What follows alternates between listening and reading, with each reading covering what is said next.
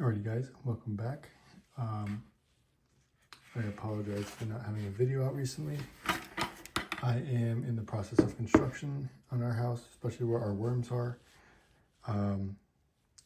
Anyway, so I don't know if you guys remember, I made a video pulling out red wigglers, put them in this bin. I put 50 in there. It's been exactly 2 weeks. I just checked from when I recorded the other video.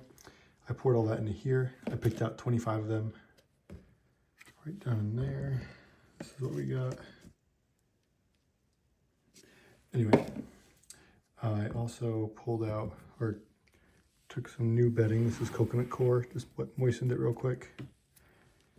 And we're gonna only do 25 in here. Put some new bedding in this bin. This was the original top. I started to eat at it, but it's gonna work perfectly. Yeah, so those I pulled out of here. We're gonna put this in there. If I can move this out of our way here. Me and my poor camera skills. Make that stand a little wider. This is how I'm gonna do this here.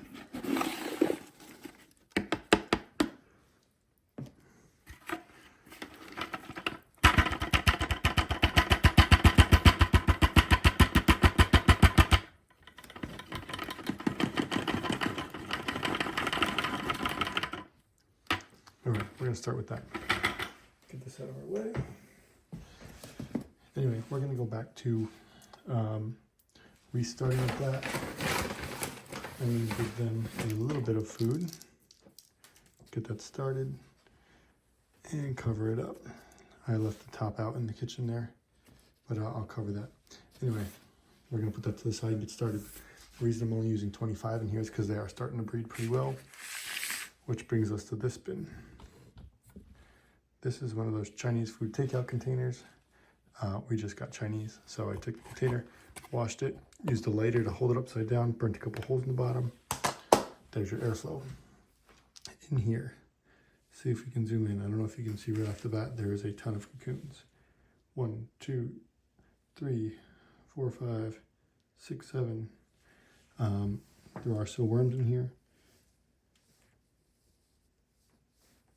You can see a couple there, but I figured I'm going to just keep doubling this. I'm not sure what this is. This looks like a piece of salt. We're going to keep doubling this. Cocoon. And see if I can eventually move this into a bigger one. See how big we can make this pure red wiggler bin before we even get started. Get started for the lawn care season. So this is 2 or so inches thick. I'm thinking about pulling the rest of these out actually, but I don't know if I should. Maybe I'll actually do that. What I'll do after the video is pull the rest of those out and leave this all to be breeders. Or I'm going to change my mind one more time and leave them in there. Not all of this is totally composted, hence the leaf. So it'll give it a chance to get through a little more. We've got just a little bit of food here. Leave that in there. I'm going to spread it nicely for them. And we'll get a piece of newspaper, put that on there, put a lid on like so, and leave that back where they were. The room I'm working in right now is one of my offices in the house. It is a little dirty at the moment. I got all these taxes and stuff to go through. Our doobie roach bin, that has been doing fantastic. Couple European nightcrawler breeder bins, which definitely need a little bit of attention here, which I'll do that tomorrow. It's a Friday night, but you can see they're a little cold. They're starting to breed right there.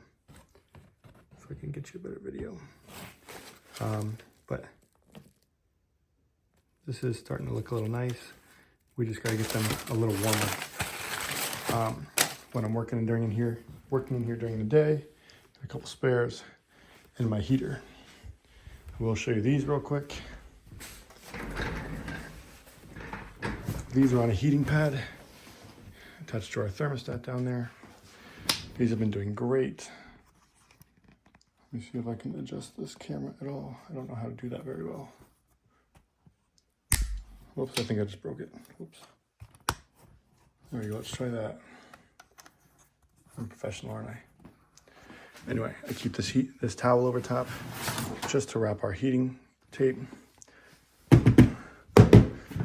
It definitely needs to be split in half.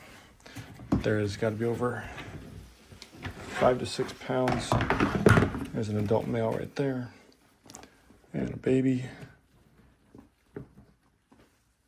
I fluctuate I always double check.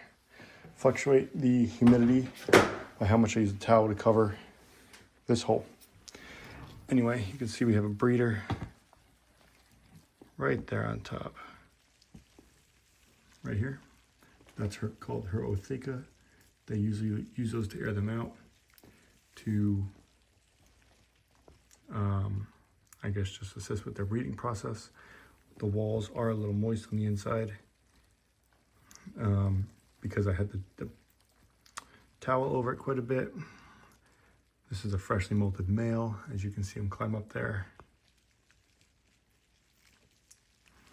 Anyway, these get everything the worms don't eat, so including all of our egg crates. Once again, some fresh males and females in here. They're really starting to change over to adults. This bin started with 100. I just fed those yesterday, or actually last night. So there's down to not much in there. But once again, they get everything that the worms can't. This was a lemon. Was past tense. Anyway, a deep look inside here. Here's how we're looking. There's over 3,000 grams in here, so I'm going to split it in half. It should equate to about a couple thousand babies and adults. See if I can zoom out a little bit there. But I definitely need to split this into a bigger bin. I do keep it clean. It cleans it about every 2 weeks. And this frass is high in nitrogen as well. So we might try and find a way to use that outside as well. But yeah, that's your short update until we finish construction on both of our bins, or both of our bugs.